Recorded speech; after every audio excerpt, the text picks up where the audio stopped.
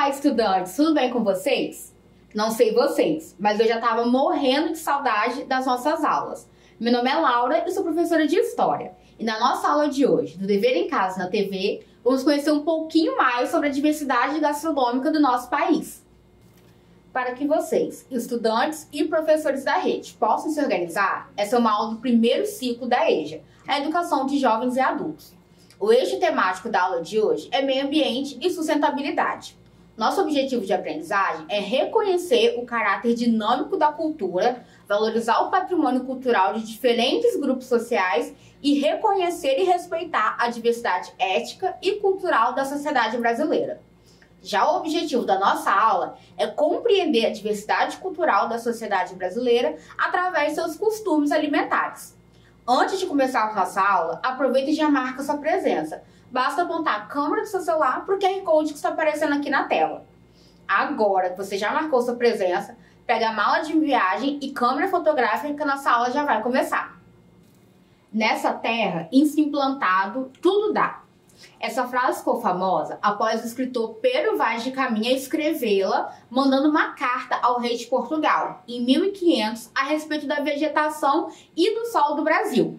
E ele também não estava errado, pois o Brasil possui solo, clima e vegetação favoráveis, que auxiliam o plantio de diversos alimentos, o que permitiu que algumas regiões possuíssem alimentos específicos, o que fez com que eles desenvolvessem hábitos alimentares característicos, que variam conforme a disponibilidade de alimentos e cultura do local.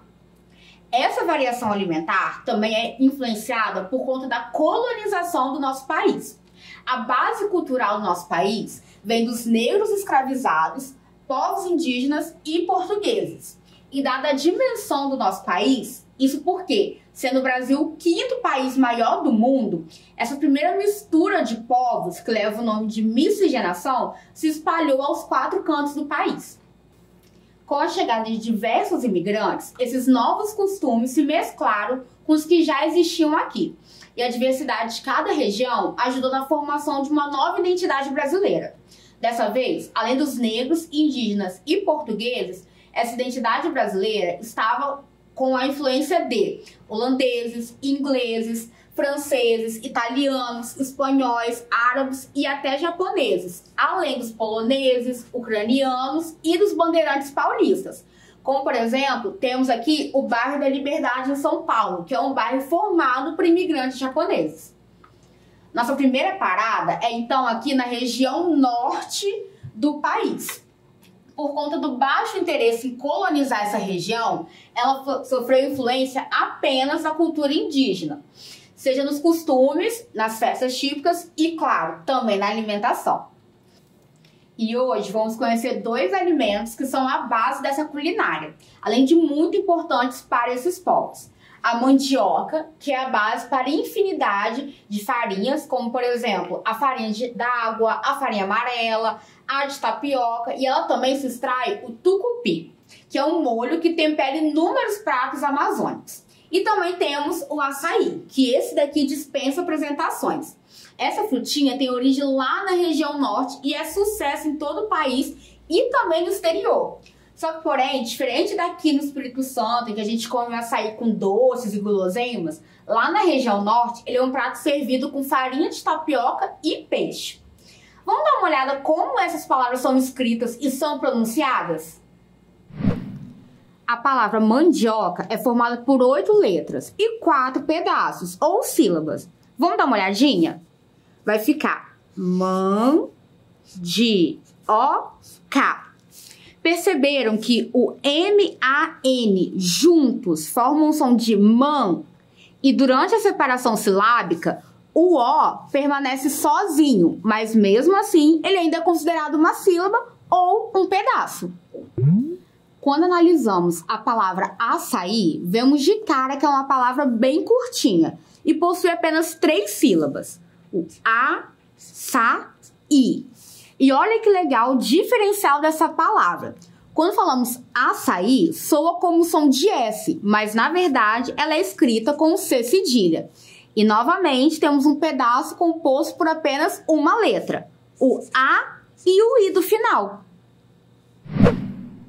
Seguindo viagem, a gente vai para a região nordeste do país, que além de sofrer a influência de portugueses, indígenas e africanos, a região também sofreu a influência de holandeses, ingleses e franceses, principalmente durante o período em que eles ocuparam essa região. E os alimentos famosos da cozinha nordestina que vamos ver hoje são esses dois aqui, a rapadura e a carne de sol. Vamos dar uma olhadinha? Aqui no Espírito Santo, conhecemos a carne de sol por carne seca. E é o mesmo alimento, que é famosíssimo no Nordeste e já conquistou o país. Vamos dar uma olhadinha como que é feita a sua pronúncia? Carne de sol é uma palavra composta, isso é necessário duas palavras que ao total possuem 10 letras. E assim vai ficar a sua separação de sílaba. Vai ser o carne de sol. Reparem que a palavra sol é monossilábica, isso é, apenas uma sílaba, um pedaço que não se separa. Já o D existe para substituir o hífen, aquele tracinho entre as palavras, e por isso também não irá se separar. Rapadura é doce, mas não é mole não. Talvez em algum momento da sua vida você já tenha ouvido essa frase, e é verdade. O doce é feito com a parte mais escura e dura do açúcar e se tornou muito comum no Brasil durante a colônia, com os engenhos de açúcar do Nordeste. Vamos dar uma olhadinha nessa palavra? Rapadura possui 8 letras e a sua separação silábica fica da seguinte forma. Ra-pa-du-ra, ficando 4 pedaços para formar essa palavra. Seguindo viagem, a gente chega então agora na região sudeste do país, que é a nossa região. A região possui o maior número de habitantes do país e sofreu influência de vários povos, como por exemplo, indígenas, bandeirantes paulistas, italianos, portugueses, espanhóis, árabes e até japoneses. E dada essa variedade das culturas, 2 pratos não podem faltar na nossa cozinha: a pamonha e a famosa moqueca de peixe capixaba. Vamos dar uma olhada? Como bons capixabas, a gente não pode deixar a moqueca de peixe faltar na mesa. Vamos dar uma olhadinha como ela é escrita? Novamente, é uma palavra composta. Isso é, são 2 palavras para formar uma única expressão. A primeira parte de moqueca possui 7 letras e sua divisão silábica é feita da seguinte forma: mo-que-ca. O D já vimos que não se separa, mas e o peixe? Vai ficar assim, ó, peixe. Nossa, deu água na boca só de pensar nessa delícia.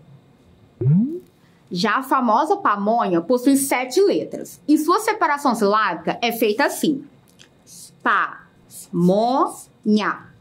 Repararam que som diferente o N, H, A formam quando estão juntos? Fica um nha. Isso tudo por conta do H. Sem ele, seria apenas um na. Nossa próxima parada é aqui na região centro-oeste do país. Essa região é conhecida pela agropecuária e as festas de cowboy, além de abrigar a nossa capital, Brasília. A região sofreu grande influência indígena e dos bandeirantes, tendo como base da sua cozinha o feijão tropeiro e o pequi. Que tal darmos uma olhada? Hoje estamos pegando apenas palavras compostas, hein? Começando pelo feijão tropeiro. Se formos separar suas partes, as sílabas ficarão da seguinte forma: feijão tropeiro. Perceberam que o tio tem o poder de formar esse ão, ficando feijão. E o tropeiro é formado pelo som do TRO juntos. Fica o tropeiro. Bem legal, né?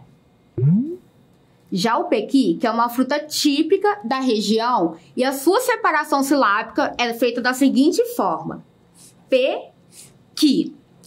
Já a sílaba QI, ela possui esse som por é formada com a junção do Q, U, I, formando pequi. Nossa última parada é aqui na região sul do país, que por conta da pouca semelhança que tem com o clima da Europa, foi a escolha principal por italianos, alemães, poloneses e até ucranianos, que trouxeram a sua influência para essa região. E não podemos deixar de falar do churrasco gaúcho e também dos queijos artesanais que são produzidos na região, que estão presentes na alimentação de todo o sul do nosso país. Que tal darmos uma olhada? E como será que fica esse monte de R na hora de separarmos a palavra churrasco, hein? Sempre que tivermos RR, SS, SC, essas consoantes devem ser separadas imediatamente. Então, a palavra churrasco irá ficar da seguinte forma: churrasco. Essa palavra tem várias coisas interessantes. Olhem só. O CHU forma um som de XU. Já os RRs vão puxar a palavra, ficando um churrasco. Bem legal, né? E por último, o bom queijo para combinar com o frio da região. Na separação, a palavra ficará da seguinte maneira: queijo. O E e o I, eles vão ficar juntos, porque eles vão formar esse som de EI, formando queijo. Bem legal. Agora, eu quero ver quem tá prestando atenção na nossa aula. A gente vai fazer uma cruzadinha com algumas palavras que apareceram hoje na aula. E eu quero ver só quem vai acertar todas. Mas antes de começarmos, se você ainda não marcou sua presença, não perde tempo. Basta apontar a câmera do seu celular pro QR Code que está aparecendo aqui na tela. Preparados, hein? 30 segundos da cruzadinha na tela.